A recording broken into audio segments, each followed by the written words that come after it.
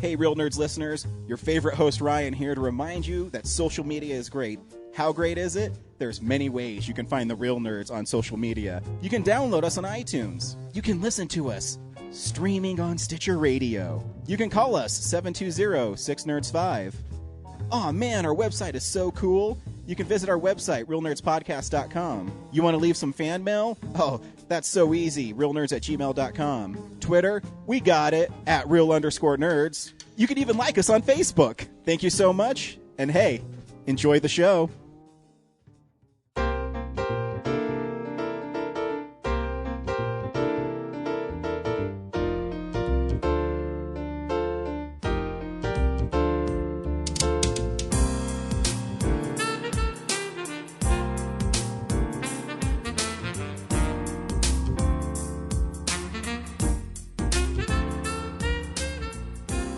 Welcome to Real Nerds at Denver Comic-Con 2015. We hope you enjoy the following interview. This is Ryan from Real Nerds Podcast at Denver Comic-Con 2015. Every once in a while, we get someone really cool on our show, and today we are blessed to have Ed Kramer, who worked with Industrial Light and Magic on the show. Hi, sir. Welcome to our show. Well, hello, and thank you for having me. So, obviously, if you work at ILM, you are a computer-generated model maker. How did you get into that? Okay, well, fair question. I did computer graphics for about 15 years before I sent a reel to Industrial Light and Magic, and that was in 1992 that I sent that reel. So what that means is that I've been doing this stuff for a long time.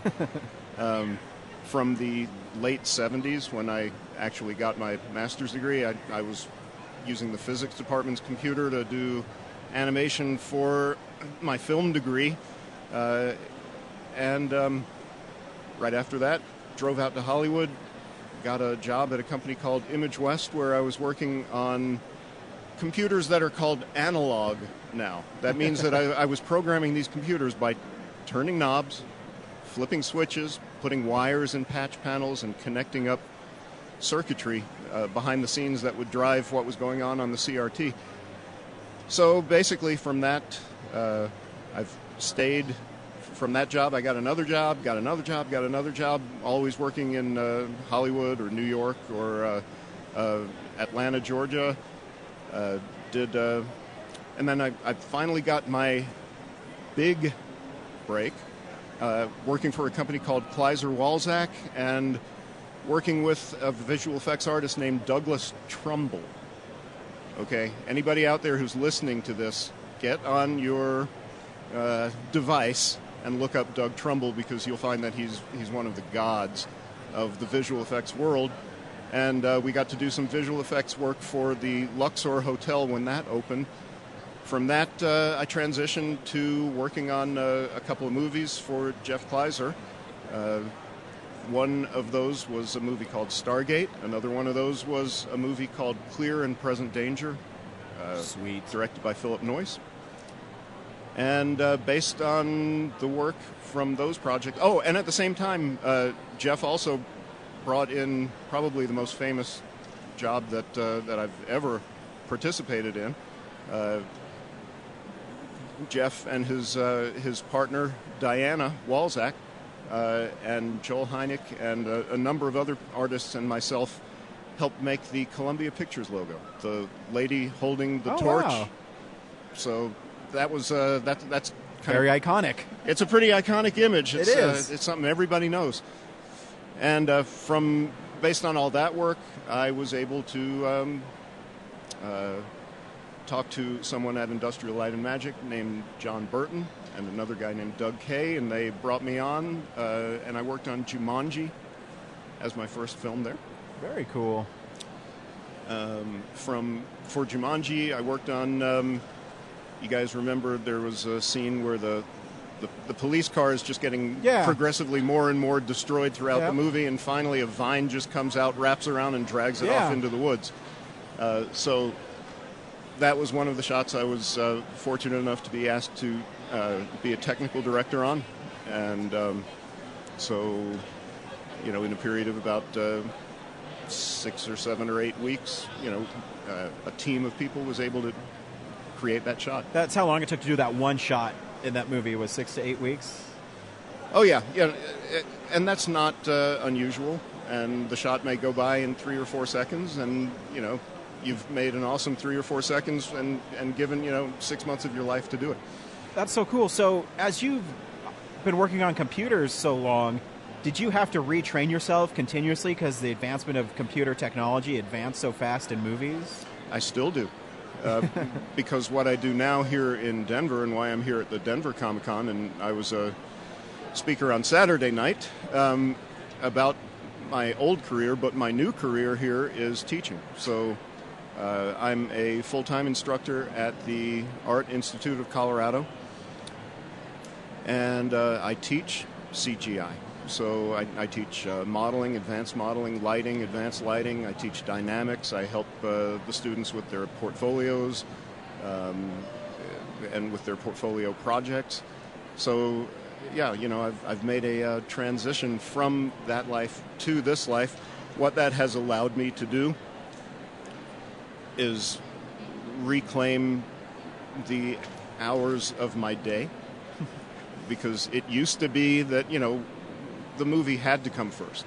It always has to come first. If you're going to do that work, you're basically signing an unwritten contract that the project comes first, and, the rest of your life, well, it's got to be put on hold. And there's a reason for doing that. The movies last forever. I get hit by a truck later today. I've still got my name on 24 movies. So yeah.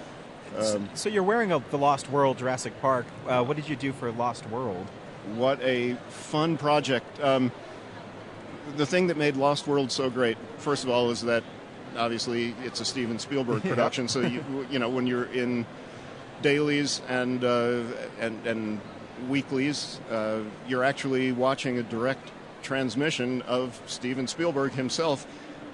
But the thing that was just equally as good as working with Steven Spielberg was working with Dennis Muren, because Dennis Muren is probably the most knowledgeable person walking the face of the earth about visual effects for movies. I mean, his background extends way before CGI started to be a thing, and he made that transition, extraordinarily, from old school to new school, and he's still the best person on earth.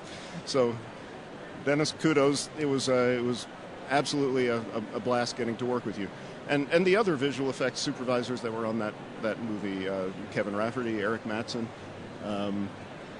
my office mate Michael DeComo was awesome to work with, and this is what I do in my classes. I always mention people by name, because I want my students to know that, this really could be them, and I want to put that, I show them pictures of people when I have pictures of them, because I want everybody to, understand that when you do work like this, which is going to live forever in a movie, it's not, done by gods who have, cosmic buttons to press. It's done just by people who, this is what we really wanted to do for a living, and we were lucky enough and good enough at what we do to be able to do that kind of stuff. So you mentioned Steven Spielberg. What do you think makes him such a great storyteller? Because you've seen his dailies and you see how it all comes together. What separates him maybe from other directors? Because it seems like every movie he does captures magic, and not every director can pull that off.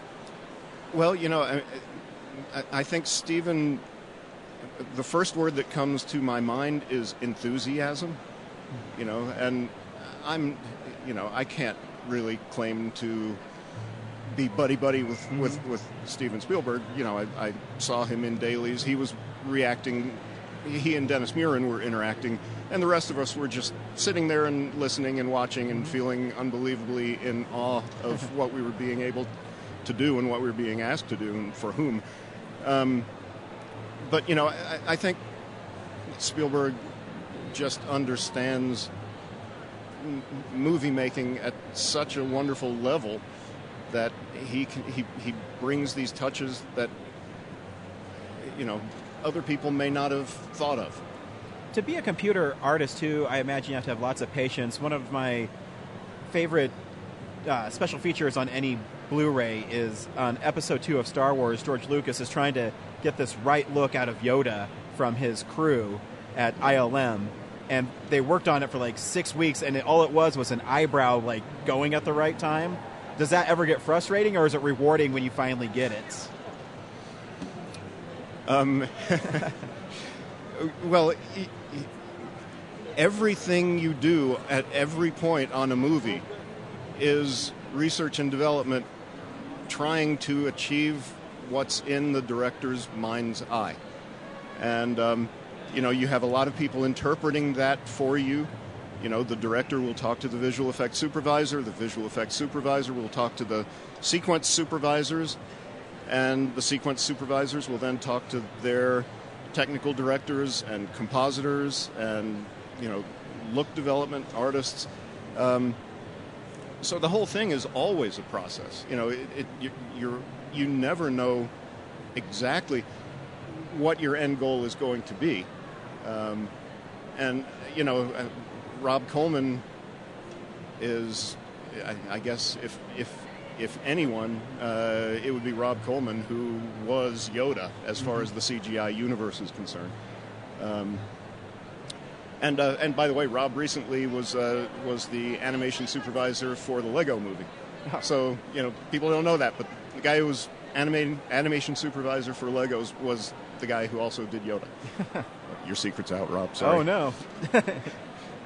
Sorry. What's the scene you've worked on that you're the most proud of in a film? Well, there's a bunch of answers to that. The most fun I ever had on a movie was working on the rock monster from Galaxy Quest. Oh, cool. Dean Pariseau was, sometimes you read a script and it's really funny, and then when you see it on the screen, somehow the director has directed funny out of it. Dean Pariseau was exactly the opposite. He took a script that, was humorous, but he made it incredibly funny. And so did the Thermians and, everybody involved, the entire cast. Unfortunately, I never got to meet them. I was not on set. Bill George was on set, and that must have been a blast, because Bill's a blast. But working on the rock monster was the most fun I ever had on a project. The scene that people know the most, obviously, is the Columbia Pictures logo. So, one, if that's a signature thing. But the thing that, I liked the best personally was the scarabs from the Mummy 1 and Mummy 2. Wow. And I did more on Mummy 2. I also supervised the jungle destruction sequence and had great technical directors like Eric Kramer working for me. But I think the scarabs are probably my number one. That's the one I got to actually be on a DVD about in the bonus features of a DVD. So that's my actual, other than this right now, that was my first 15 seconds of fame. Because, actually, I'll ask you about that, because did you guys use water as a reference for it? Because it seems like the scarabs moved in waves, but they all were individual, but for some reason were able to move together. What was your research behind that, and how'd you pull it off so well? Well, thank you for asking that. It's almost like I threw you that question. You did. Because that was the actual first thing that I needed to do. When I was given the task of supervising the scarab sequence, Jim Hourahan is a software developer who had created a particle system. And I had used one of Jim's early particle systems back in '94 on the Luxor project that I mentioned, and fast forward a few years, and now he and I are both working at Industrial Light and Magic. So those were geometry. So the modeler, first of all, the art director would design the scarab, then the modelers would build the scarab, then somebody like me who understood materials would create the iridescent effect for the scarab. So that's one of the things that I did. And I actually borrowed some iridescence that Chris Townsend had worked on for Boss NASA's shoulder pads. And so it's always a team effort. And then the animators would animate a skitter cycle. So the scarab would be standing in place, and it would be just it would be like it was skittering around, but it would just be standing in one place. And then I would take that skittering cycle and apply it to a particle system animation where I could control thousands of particles, and each one would get a skittering scarab. And then using the software that was provided in the particle system, I could make it look like they were each moving on their own little trajectory, but if they got too close to another one, they would turn away from each other. And when you do that to an entire field of scarabs moving, we were able to, and it was R&D, it was a development process. But within a few days after starting to do the R&D, we had some really cool skittering scarabs, and you can still see some of that in my demo reel, which is online at Vimeo. Just type in Ed Kramer with a K, 1 M, and you can actually see some. In the edit, I put process development of one of the scarab shots, so you can actually see some of that early work if you look for it. So what do you think the secret is to keeping the CGI looking so good over years? Because the scarab scene in The Mummy is, 99? But you probably worked on it in 98? Very good. And then you had The Lost World, 96, 97. How do you make it so it's still looks good? Because honestly, I watched The Lost World on Blu-ray not even a few weeks ago, and it still looks amazing. What's the secret to making it last so long? Well, the secret is to work at Industrial Light and Magic, which is something that I was able to have the extraordinary privilege to do from 1994 to 2006. So, ILM has a commitment to really do whatever it takes to make movies just knock your socks off and blow your eyeballs out. And I don't know if it's written in the contract like that, but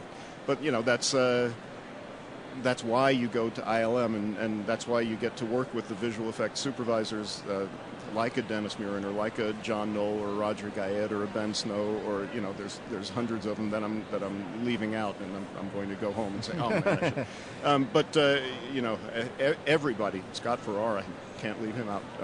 Pablo Hellman. I'm sorry, I could keep going, but that's the secret. And do you think too that the name carries that with it too? When you go into Industrial Light and Magic, you better give your best because of where they came from and where they are. I mean, they're pretty much the effects house in America.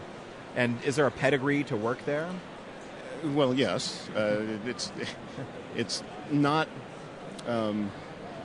Where you go right out of school, but that's not to say that you can't do that. I mean, the most talented people probably can. Mm-hmm. But there's a pretty high bar. Hell, I don't think I could get hired there at this point. I've taken too much time off. But some of my dearest friends are still there. So. But I know I can't call him and say, hey, dude, tell me something about episode 7. Yeah. That ain't going to happen. What? I was hoping that we got you on here and you could spill something about episode 7 for us. No, of course not. No, I mean, and that's part of the, I can't say that's an unwritten law, because that probably is an actual written law. But no, you don't. You don't do that. But I mean, how cool is it though, too, to be a visual effects artist and know that you're working on something, you've read a script and you know the movie's cool and you're waiting for people to respond to it. I mean, because the scarab scene in The Mummy, I think, is the one that people respond to the most because it gives people the creeps. And also, they used it in the trailer, so you know that you did well. And then, how cool is it to want to know what people see the scene in context and big and? Well, it's cool. Actually, the best shot of mine that has appeared in a trailer is actually from Lost World,